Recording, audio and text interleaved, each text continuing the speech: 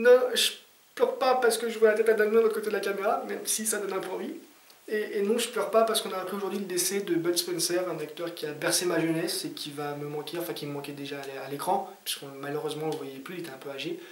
Donc une pensée pour toi, Bud, tu vas nous manquer. Et voilà. Non, je pleure en fait parce que c'est l'avant-dernière émission de Ciné-Scène. Alors rassurez-vous, on va pas complètement disparaître des écrans.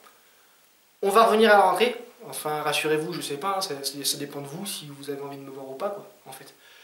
Et on reviendra avec un nouveau concept, des nouvelles choses à dire et une nouvelle façon de le faire, on espère, qui sera un petit peu plus, peut-être un petit peu plus intéressant, on va dire.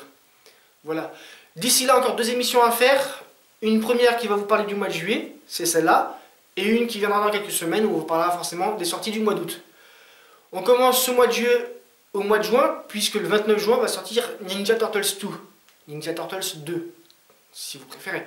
On ne pouvait pas passer à côté de ce film-là, même s'il ne sort pas au mois de juillet, donc on en parle un petit peu vite fait. C'est réalisé par Dave Green. On retrouve au casting Megan Fox, qui avait déjà le rôle de la Pléonine dans le premier volet, et Stephen Amell, qu'on connaît pour son rôle de Arrow dans la série télé du même nom, qui prend le rôle de Casey Jones. On retrouvera bien entendu en images de synthèse les 4 Tortues Ninja, et aussi Bebop et Rocksteady.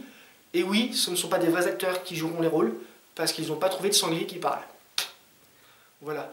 Une partie de l'équipe de la Web TV a été voir le film en avant-première, et franchement, ça donne pas trop envie d'y aller.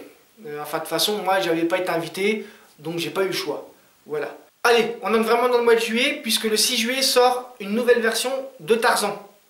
Cette fois-ci, c'est réalisé par David Yates, le réalisateur d'une partie de la saga Harry Potter au cinéma. Dans le rôle titre, on retrouve Alexander Skarsgård, j'ai réussi à le dire, waouh, et Margot Robbie dans le rôle de Jen. Tarzan a réincorporé le monde civilisé, on va dire. Il répond maintenant à son nom de Lord Greystock, à son titre de Lord Greystock, plutôt c'est mieux. Et il vit une vie paisible aux côtés de Jen, son épouse. Jusque-là, rien d'anormal. Sauf que la vie a ses aléas et que du coup, il se retrouve obligé de repartir au Congo. Et à partir de ce moment-là, on se doute bien que Tarzan va repointer le bout de son nez. Sinon, à quoi bon le remettre au milieu de la jungle, hein? Voilà. On enchaîne avec le 12e opus, non pardon, le 5e opus de l'Âge de glace, Les lois de l'univers, qui sortira la semaine suivante, donc le 13 juillet, pour être précis.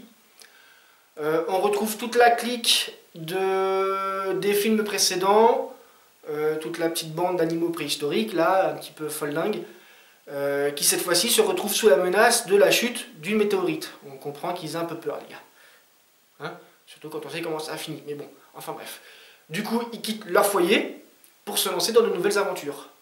C'est réalisé par Mike Surmeyer, excusez-moi, c'était encore un nom compliqué, là pour le coup, j'arrivais plus à me souvenir dans quel sens c'était les lettres. Donc il a fallu que je regarde.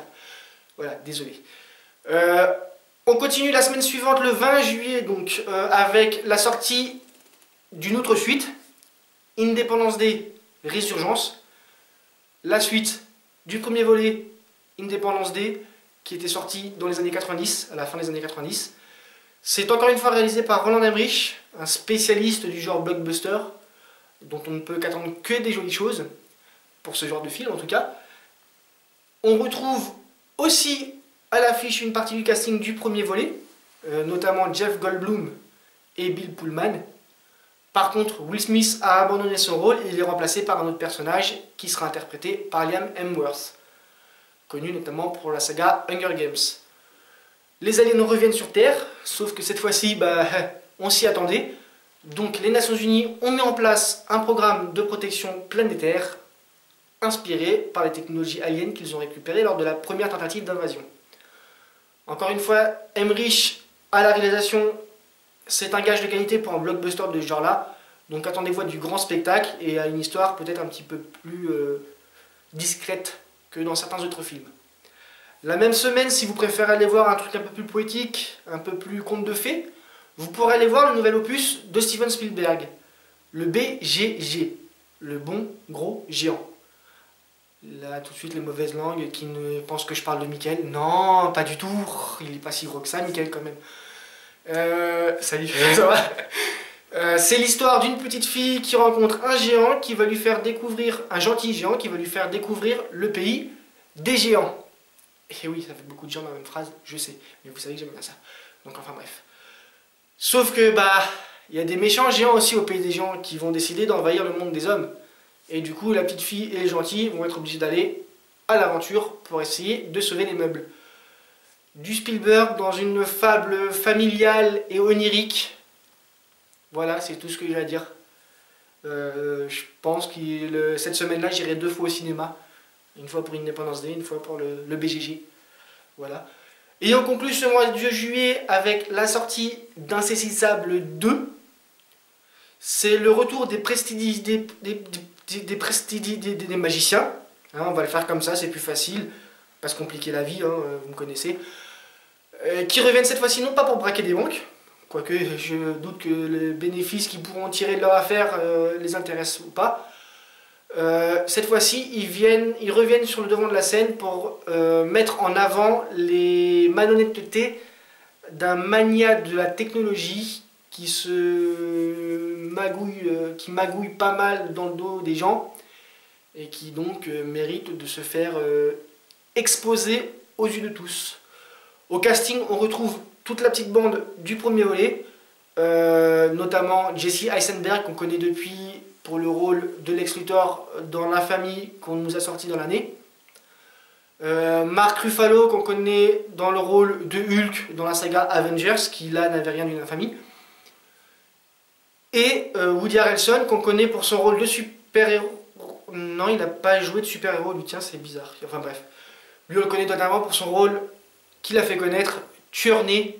Excellent film que je ne saurais trop que vous conseille d'aller voir, si vous n'avez pas encore vu, pardon, excusez-moi, je bafouille. On retrouve, dans les nouveautés du casting, on retrouve Daniel Radcliffe dans le rôle du grand méchant, et ça va le changer de son rôle de gentil garçon dans Harry Potter.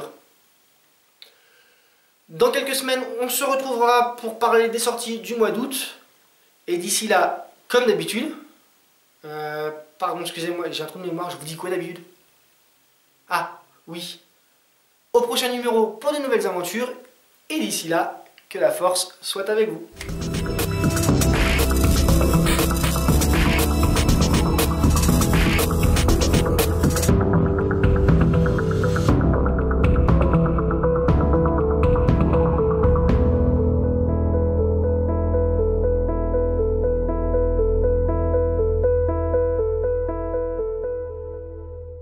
Dans ce film, on retrouve Tarzan réincorporé dans le monde civilisé, puisque maintenant il vit en Angleterre et il répond à son titre de Lord Greystock.